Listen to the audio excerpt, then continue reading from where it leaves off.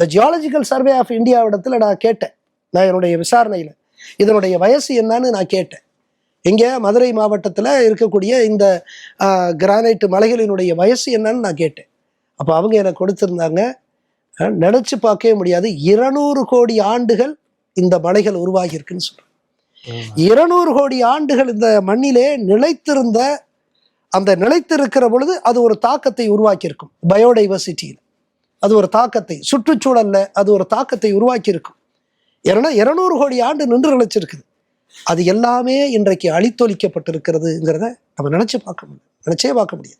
எதிர்காலத்தில் நம்முடைய பிள்ளைகளுக்கு ஆறு என்பது படத்திலோ, மலைகள் என்பது திரைப்படத்திலே காட்டக்கூடிய ஒரு சூழல் இருக்கு.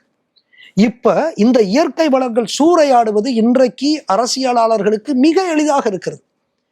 அப்ப நானும் போய் இந்த ஒரு தேர்தல் போட்டியாளராக போகின்ற பொழுது என்னுடைய திட்டங்களோ என்னுடைய சித்தாந்தங்களோ பின்னுக்கு தள்ளப்படுகிறது. அது ஒரு போட்டிக்களம்.